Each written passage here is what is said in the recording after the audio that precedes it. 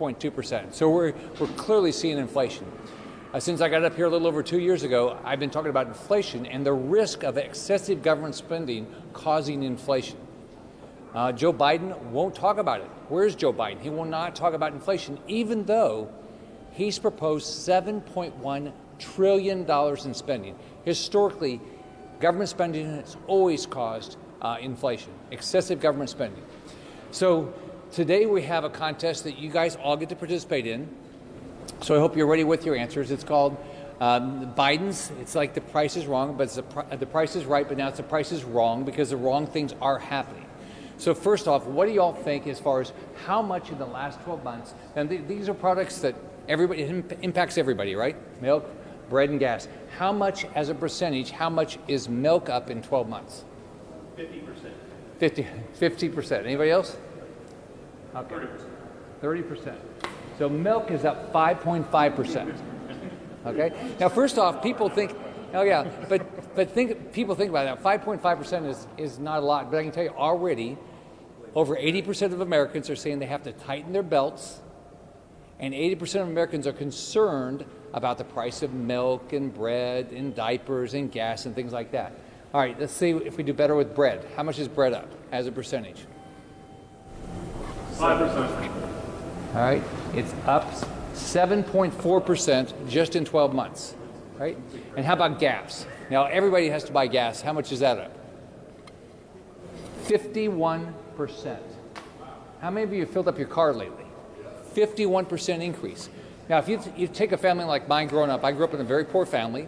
I went to the grocery store whenever my mom had money. She would take in ironing to make ends meet. Whatever, either my older brother and I, whatever my mom made, one of us would go to the grocery store for our family, and she gave us a set amount of money. So when you saw something go up in price, we didn't have the money to pay for it.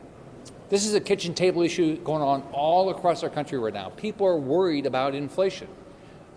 So milk being up, bread being up, gas being up, who's it impact?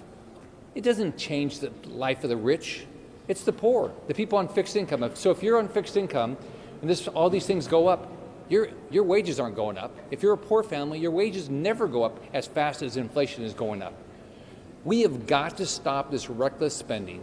Joe Biden's, all of his ideas of $7.1 trillion is going to make it worse. Already what they did with this $1.9 trillion, which had very little to do with COVID, Larry Summers, an economist that generally from Democrat administrations, already said this is going to cause significant inflation, and we're seeing it.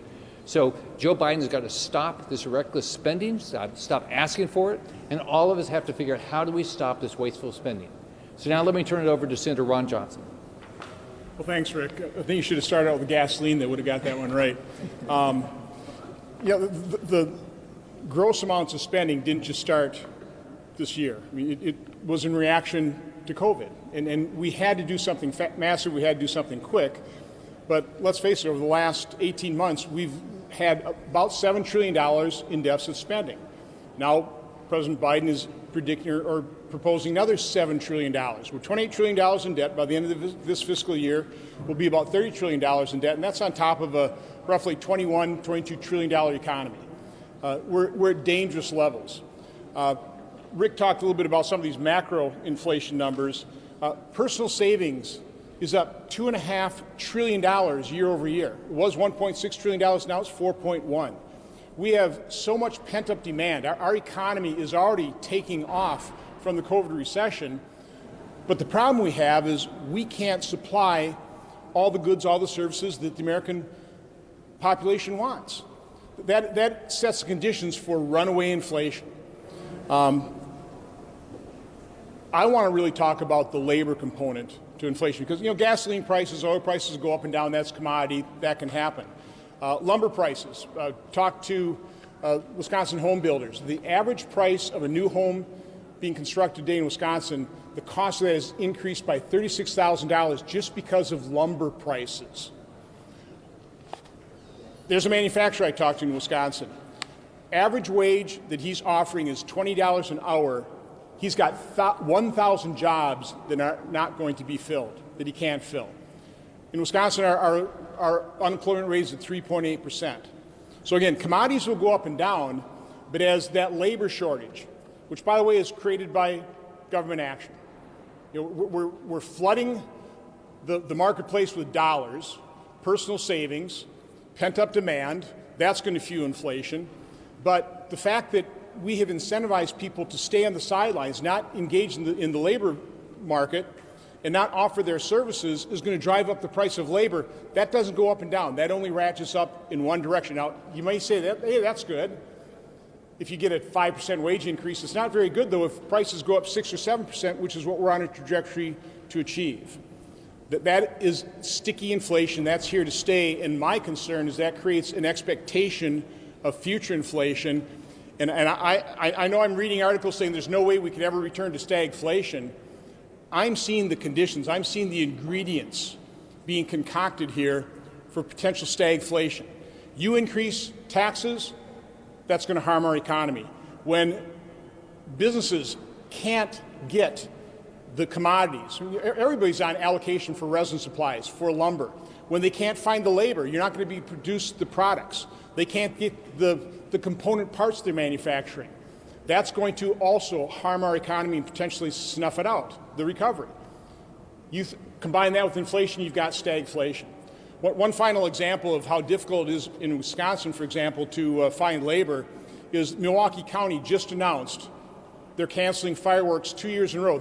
Not because of COVID this time, because they literally can't find the people to put on the fireworks display. Now, I realize that's a small example, but it's just showing the headwinds we've caused here by federal plus-up to unemployment that, fortunately, about 21 Republican governors have announced that they're not going to take anymore. But we called for it in Wisconsin. Governor Evers has ignored our plea to stop accepting that so that Wisconsin employers can start hiring people. But again, we have to be concerned about long-term wage inflation that will be surpassed by the rate of inflation, and will wipe out those gains. Thank you. I went through inflation back in the 1970s growing up, and it wasn't a pretty sight. And we're getting ready to see it really build. It is a situation where I was in Auburn, Alabama last week. I paid $1 more a gallon for gas at just a local store, which is normally a lower prices. $1 more a gallon. The average person cannot afford that.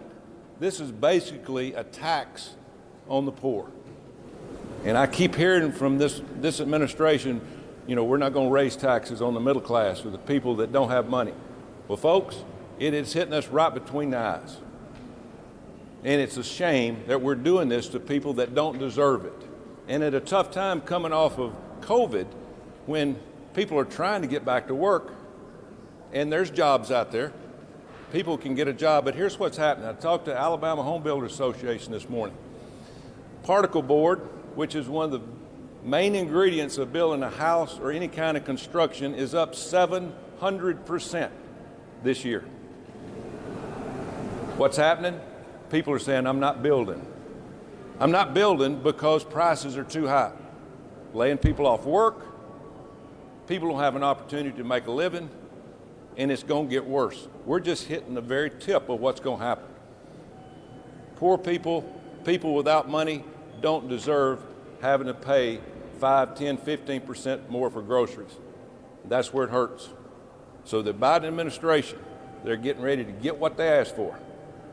And we're telling them right now, you better make some decisions, and it's not throwing money at the problem. Every time we look up, when I was in education, everybody says, we can make education better. We're going to throw money at it. And it doesn't do one bit of good. It's called organization and planning and leadership. And we have very little of that going on right now. We've got to take advantage of this situation coming out of the pandemic, and we're going the opposite direction. Thank you. Well, Coach was telling you what they're saying in Alabama, and let me tell you, they're saying about the same thing in Tennessee. It doesn't matter if you're going to the gas pump or the cash register at the grocery store. You are paying more for everything.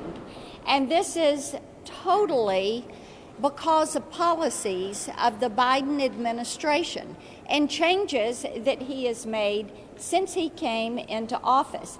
You can start with that decision to kill the Keystone Pipeline. And when you look at what the price is for groceries, everything comes in a plastic container. Well, where do you get these containers from? They come from the polymers, they come from the hydrocarbons. So, of course, not only is your logistics cost going up, your container cost, your production cost, and the cost of those food items, the cost to build a house, the cost to run a business. Every cost that you incur from the time your feet hit the floor in the morning to the time you turn that light switch off at night, the cost is going up, and it is all due to the change in policies that the Biden administration has put in place. The Biden administration owns this economy. Back in 1978, when I was 17 years old, I moved out of home. I had a great family life, but I was pretty independent. That was roughly the time when we started seeing these numbers. This gas price was the difference between me being able to fill my tank or maybe put enough in it to where I can get back and forth to work every other day until I found another source of cash. The president is mistaken in talking about raising taxes. Anybody who thinks that we're going through transitory inflation right now should take a look at what that really means. We're not talking about a couple of quarters of inflation. We're talking about policies that could have that extend into next year and years beyond. And who it hurts the most are kids like me that were struggling to make ends meet, and my parents who were trying to feed 600 hungry kids. The American people need to understand this is the tip of the iceberg. You talk to manufacturers in North Carolina and across this country, they're talking about double and triple digit increases in inputs. They're going to make houses unaffordable. They're going to put the American dream out of reach. And the president is talking about going further with an infrastructure bill that has little to do with infrastructure, with proposals on spending and taxes that are going to make it a lot harder for kids like me who are dealing with the Biden economy. And I hope the president listens and understands the people harmed the most are the ones that he professes to be most concerned about. Well, good afternoon, and I think that Coach's people have been talking to my people, have been talking to Marcia's people as well. I know I was back in Kansas this weekend, and a $100 bill would not fill my Ford truck with gasoline. And I know there's a lot of other Americans that went to the grocery store this weekend, and they've all been to the Dave Ramsey School of Finance. They went in there with their budget, and they walked home, they filled their refrigerator, and they filled their pantries, and guess what? They were about half full, or 3/4 full. Certainly, we're starting to fill it. You know, thanks to inflation, COVID is no longer the top of the mountain for Americans' concerns and problems. I too remember the 80s. I remember the inflation of the 80s was the most challenging economic times of my life. I also remember our pre-COVID economy, the greatest economy of my lifetime, thanks to the Tax Cuts and Jobs Act, thanks to rolling back regulations, thanks to energy independence. It was the greatest economy of our lifetime. And today I look out there and see the social injustices created by the socialist economy and the socialist policies of this administration. And I just want everyone to realize and to emphasize that this inflation is a social injustice. It certainly hurts those who are on the lower income portion more than other folks. It certainly hurts our senior citizens who are on fixed incomes. Folks who have young families, young hardworking Americans are impacted more by inflation than anybody else. And again, I just think at the end of the day, what we're seeing here is a very socialist agenda that's leading to social injustices. Thank you. Thank you. I'm the ranking member on agriculture, and on that committee we do our best to represent our farmers, our foresters, our ranchers, all of those involved in agriculture. It's so important. Agriculture is such a big part of our states. In Arkansas, it's 25%. It doesn't matter if it's Arkansas or Ohio or wherever. It's a huge part. But when you get into rural America, it's probably 85 or 90%. We're in a situation now where there's two things going on that are really hurting rural America, hurting agriculture. And many of you are from these places. First thing is the potential for the stepped-up basis, the inheritance tax. We had a forester testify in committee the other day, the head forester, He said, and I quote, "It would be devastating to the forestry industry." So we've got that going on. We've got the land swap, doing away with that, doubling the capital gains. The list goes on, but these are very, very difficult for our farm community and thus rural America. The other thing that's happened is we worked so hard to get our commodity prices up. We've had our trade issues. We've sorted a lot of those things out. We're getting additional trade issues. Commodity prices have come up for our farmers where they can actually make a living now. That's a good thing. When you look at these prices, especially the energy inputs, fertilizer, the electricity that they use for irrigation and the diesel they use for irrigation, the list goes on.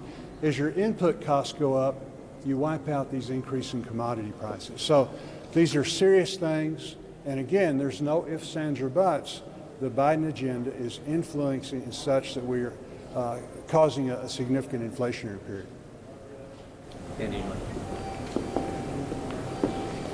So I'm not going to repeat everything that's already been said, but inflation is a huge regressive tax. That's a fact. So the poorest people in America are going to be impacted the most. Secondly, in an area that I care deeply about, energy, that's also something we're seeing a huge increase. Look at the pump, look at energy costs, and that is a completely self-inflicted wound right now by this administration. Why?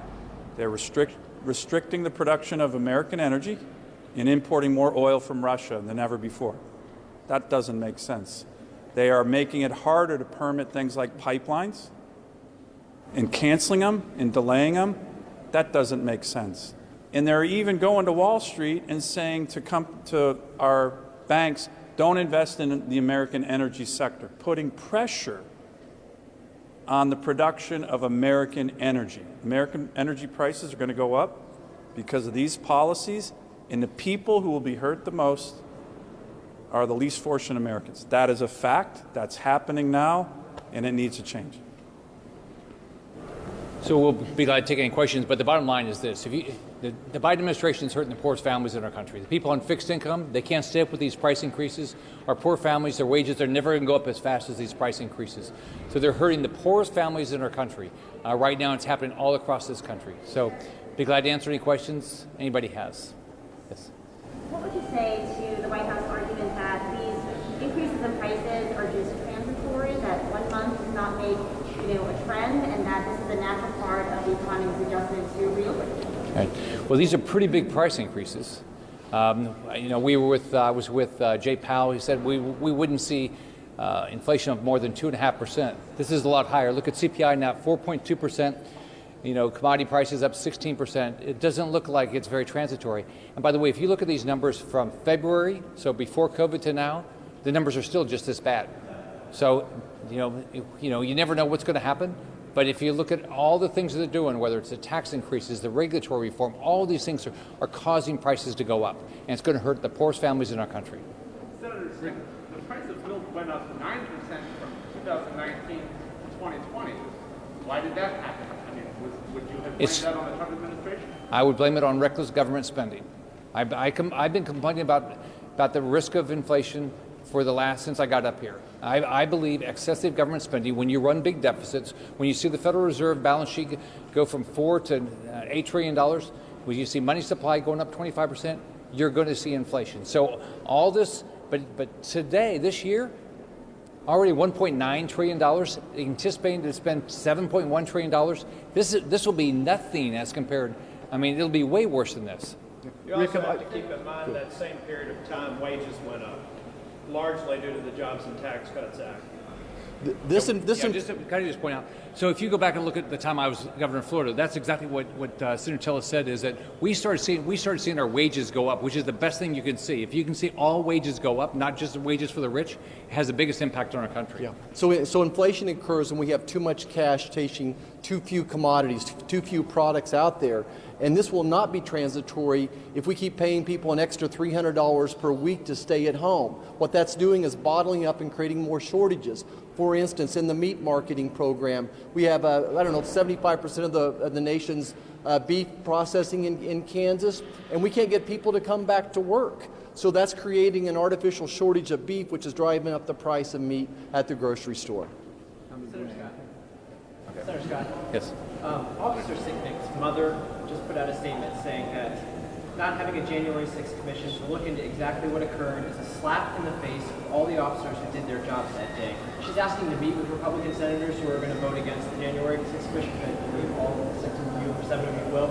What's your message to Officer Sicknick's mother, and will you meet with her? Sure. Well, first, I meet with people all the time, and I'm very supportive of law enforcement. I talk to sheriffs and police chiefs all across Florida constantly. I talked to one yesterday. What happened on January 6th is despicable. Everybody needs to be held accountable. The FBI has already arrested, I think, over 400 people. They're holding people accountable. We have 2 committees right now doing a report. We'll get that report in the next, I think, 2 weeks. I'll take one more question. Yes, sir. Spending, is your concern about reckless spending apply to long-term infrastructure? The White House would say long-term investments in the economy aren't going to cause immediate prices. Well, I'll invest in infrastructure if it's called roads, bridges, airports, and seaports. I did $85 billion in my 8 years as governor. I think their original so-called infrastructure bill had $115 billion over 10 years for the whole country. It wasn't infrastructure. But the way we did in Florida, we did it where we could cut taxes and reduce our debt. I paid off in the same 8 years a third of the state debt, and we cut taxes 100 times. What they're doing up here is they're saying they want to spend all this money on so-called infrastructure. It's not, and they want to raise taxes. So you can't be, and they want to run up the debt. You can't do that. So let me add, I think we all would agree that we do need to invest in infrastructure, but it has to be true infrastructure. But there's a way of doing it without adding to the federal debt. It's called repurposing the more than $700 billion of the COVID relief bill that was going to be spent in years 2022 through 2028. So that obviously is not COVID relief. So you've got that pile of money there that we can just repurpose. $700 billion would be a very good down payment on true infrastructure spending. All right, thank you, everyone. Thanks, everybody.